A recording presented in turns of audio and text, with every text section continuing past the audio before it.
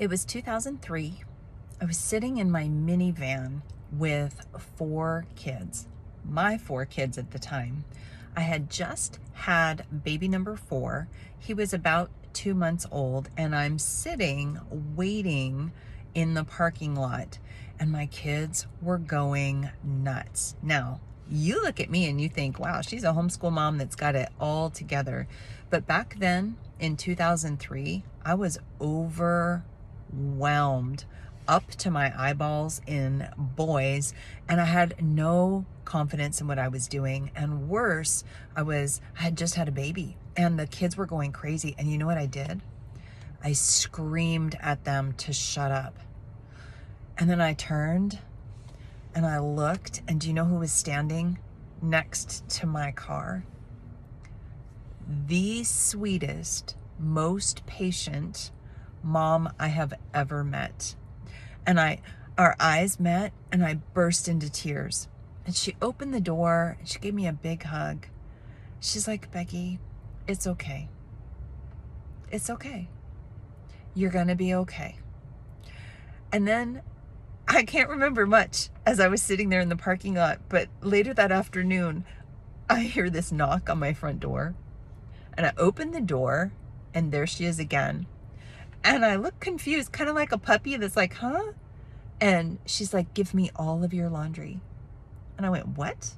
She said, give me all of your laundry. I'm like, no. She goes, I'm not leaving until you give me all of your laundry. And I was like, what? I gave her all of my laundry. And 4 hours later, she came back with all of my laundry washed and neatly folded and a big hug. I'll never forget that, because I was so overwhelmed with everything that I needed to do that I completely and totally lost control of my emotions and my temper with my children. And I screamed, shut up, at the top of my lungs, in the car, at church. Oh, sinner. And I was devastated, and I thought for sure that I was the worst mom on the planet. I was the worst homeschooling mom on the planet. I was the worst Christian on the planet. And my friend was right there to love on me, non-judgmentally. And she came alongside, and she saw a need, and she filled it. It was the most beautiful example of loving that I had ever seen up until that point in my life. And I still, to this day, it still makes me emotional. You know, in 2023, I was standing in my youngest son's dorm room. We were getting ready to drop him off. I was actually wearing the same shirt, standing in the dorm room. And I was overwhelmed again. Like, did we check off all the boxes? Did he learn everything that he needed to know? This child didn't read till he was 10. Crippling dyslexia. All over the place. He's the busiest person on the planet. And I thought, oh no, he's at university and he's gonna tank.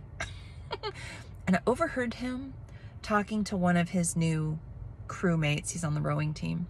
And his crewmate was saying, man, I have to take public speaking and I'm just gonna tank. And our son looked right at him and said, I'm gonna help you rock public speaking because I aced it and won awards in the community college. And then he looks around at all of his soon-to-be buddies. He's like, you know, every single one of us is good at something. And if we each lean into that and help each other from our area of strength, we're all going to do just fine. And I remember exhaling, and that sense of well-being rushed over me the same way that it did when Teresa took my laundry.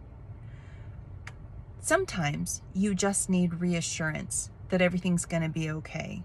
But this is one of the pillars we teach inside of our Homeschooling Olympians life coaching program. Your emotions are going to lie to you. Your anxiety is going to be waiting for you right around the corner. You're going to feel that the world is going to judge you for the way that you raised your children, whether you educated them well or not. But I'm here to tell you, you're going to be okay. You are loved and you are enough.